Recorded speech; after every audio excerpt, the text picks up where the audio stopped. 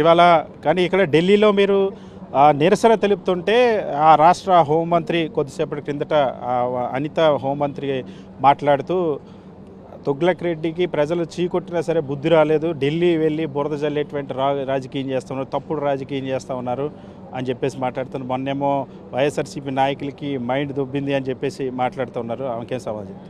హోంమంత్రి గారు ముందు గౌరవంగా మాట్లాడడం నేర్చుకోవాలి. ఒక ప్రతిపక్ష నాయకుడిని 5 సంవత్సరాలు ముఖ్యమంత్రిగా చేసినటువంటి వ్యక్తిని మాట్లాడేటటువంటి పద్ధతి గౌరవంగా ఉంటే బాగుంటుంది. రెండవది, వారి యొక్క హోంశాఖ మీద వారు కాన్సన్ట్రేట్ చేస్తే బాగుంటుంది.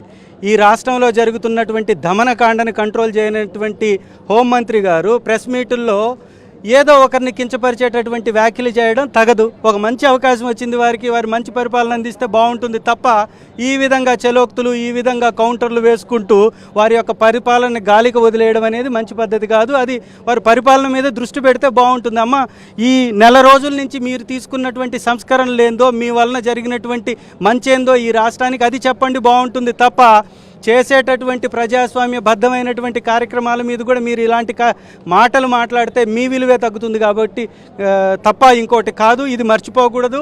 ముఖ్యంగా చిన్న బిడ్డ కనపడకపోతున్నారు, నేరాలు అధికమవుతున్నాయి, గంజాయి వ్యాపారం విపరీతంగా విచ్చలవిడితనంగా జరుగుతుంది, రాష్ట్రంలో మత్తుమందుల విక్రయం జరుగుతుంది, రాష్ట్రంలో అనేక రకాలైనటువంటి మర్డర్స్, మానభంగాలు పెద్ద ఎత్తున జరుగుతున్న ఈ రాష్ట్రాన్ని మీరు ఈ మానభంగాలలో, హత్యల్లో నంబర్ 1 స్థానానికి తీసుకెళ్లాలని అనుకుంటున్నారా? ఒకసారి మీరే ప్రజలకు చెప్పండి.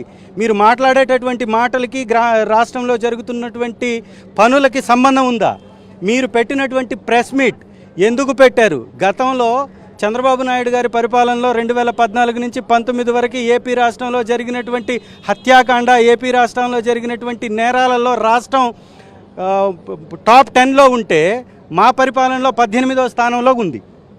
మరి అనేక నేరాలను తగ్గించి అనేక రకాల డెవలప్మెంట్ తీసుకొచ్చినటువంటి మా ప్రభుత్వాన్ని నిందిస్తున్నటువంటి మీరు ఈరోజు రాష్ట్రాన్ని హత్యల్లో నంబర్ 1 స్థానానికి తీసుకెళ్తున్నారు, అప్పుల్లో నంబర్ 1 స్థానానికి తీసుకెళ్తున్నారు, దాడుల్లో నంబర్ 1 స్థానానికి తీసుకెళ్తున్నారు, విద్వేషాలు రెచ్చగొట్టడంలో నంబర్ 1 స్థానానికి తీసుకెళ్తున్నారు. పేదవాడు ఒక పథకం మీద ఆశపడి బతికేటటువంటి కుటుంబాలు కోట్లలో ఉన్నటువంటి రాష్ట్రం మనది.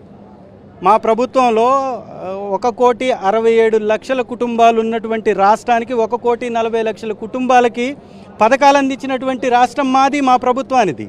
మరి 1,40,00,000 మంది ప్రభుత్వం మీద ఆధారపడి తినడానికి తిండి లేక, ఉండడానికి ఇళ్ళు లేక ఇబ్బంది పడేటటువంటి వ్యక్తుల్ని పట్టించుకోకుండా వారికి తిండి పెట్టండియా అంటే 5 రూపాయలకు భోజనం పెడతామని చెప్పేసి గవర్నర్ గారితో ప్రసంగాలు ఇప్పించుకొని, ఇదేందయ్యా పేదవాడంటే రోడ్డు మీద నిలబడి అగౌరవంగా భోజనం చేయడం అనేది తప్పు, ఒక భిక్షగాడిలాగా పేదవాడిని చూడకండి, గౌరవంగా కుటుంబంతో కూర్చొని భోంచేసే అవకాశం ఆ పేదవాడికి కల్పించండి. ఒక కుటుంబం అంటే గౌరవంతో బతకాలనుకుంటుంది. కుటుంబం మొత్తం వచ్చి రోడ్డు మీద నిలబడి 5 రూపాయలు భోజనం చేసి బతకలేరు. కాబట్టి వారికి ఇవ్వాల్సినటువంటి పథకాలు ఇవ్వండి. మేం మాట్లాడితే దాని మీద ట్రోల్ చేస్తూ, దాని మీద లోకేష్ గారు స్పందిస్తున్నారు. నేను మాట్లాడినటువంటి మాట మీద లోకేష్ గారు స్పందించారు. లోకేష్ గారు, అయ్యా ఈ రోడ్డు మీద నర హత్యలు జరుగుతున్నాయి, నరమేధం జరుగుతుంది, కొబ్బరి బొండాలు నరికేటటువంటి కత్తులతోటి మనుషుల్ని నరికేస్తున్నారు, రాడ్లతోటి దాడులు చేస్తున్నారు. వీటి మీద కూడా స్పందించండి సార్. పేదవాళ్ళని పొట్టన పెట్టుకుంటున్నటువంటి కార్యక్రమాల మీద కూడా స్పందించండి. ఇది కాకుండా కేవలం ప్రతిపక్షం మీద దాడి చేస్తాము అంటే ప్రజలు చూస్తున్నారు. ఖచ్చితంగా మీకు సరైనటువంటి దిశలో మీకు సమాధానం చెప్తారు, గుర్తుంచుకోవాలి.